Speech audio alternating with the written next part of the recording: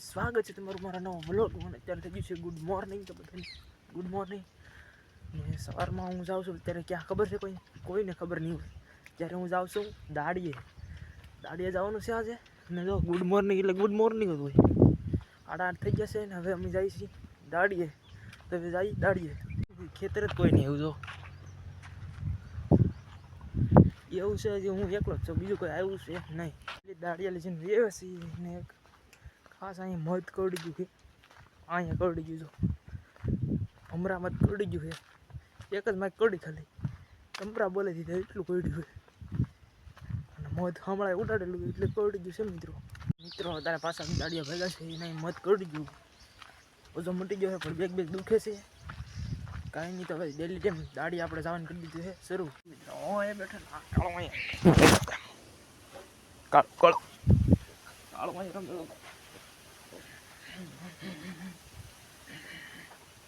Tight ઠરી ગયું છે. ટાઈટ એટલી છે કે તમે વાત જ સમા તારે 9 વાગે ગયા ને હું સમજો જાહેરમાં આટો મારવા આવી ગયો. દી ઠેઠ ઉપર ચડી ગયો. 9:30 જેવો ટાઈમ થઈ ગયો છે પણ અહીંથી ટાઈટ મળતી નથી. બોલો ફૂલ એટલે ફૂલ ઠંડી છે. જો ભૂંદરાના હગડ છે.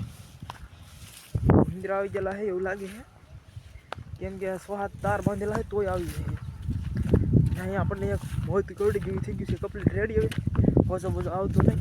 આ વ્લોગ 3-4 દિવસનો ભેગો છે એટલે વ્લોગ ઉતારવાનો કોઈ ટાઈમ હતો નહીં એટલે આ વ્લોગ ભેગો કરી નાખેલો છે. 3-4 દિવસનો ભેગો છે. અત્યારે ઠંડી છે ફૂલ. હું આમ હાલો જાઉં છું ખેતરમાં આટો મારવા. અને આ જો આગલા વ્લોગમાં કીધું કે આ ઝાડના પાંદડા બળી ગયા છે તો હજી એવું જ છે. ઝાડના પાંદડા હજી બળી ગયેલા છે.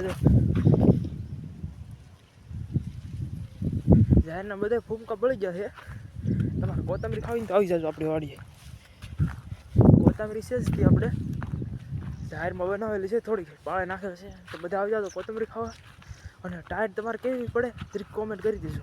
ઠંડી અત્યારે ફૂલ છે ને તે હું ઓથારે વહી આવું. આમ જો ઠેઠ આપણું ખેતર અહીંયા છે અને આ વાડ ને એવું છે ને અહીંયા ઓથાર ના ઓથારે વહી આવું. કેમ કે મિત્રો પવન એટલો આવે કે તમે ટાયરના ઠરી જાવ. હું એક કોટ ને ધાબળો પોટીને આવ્યો તો હું ઠરી ગયો છું. અને ધાબળો મેં પણ મૂકી દીધો પછી અહીંયા પગ્યો પણ ફૂલ ઠંડી છે.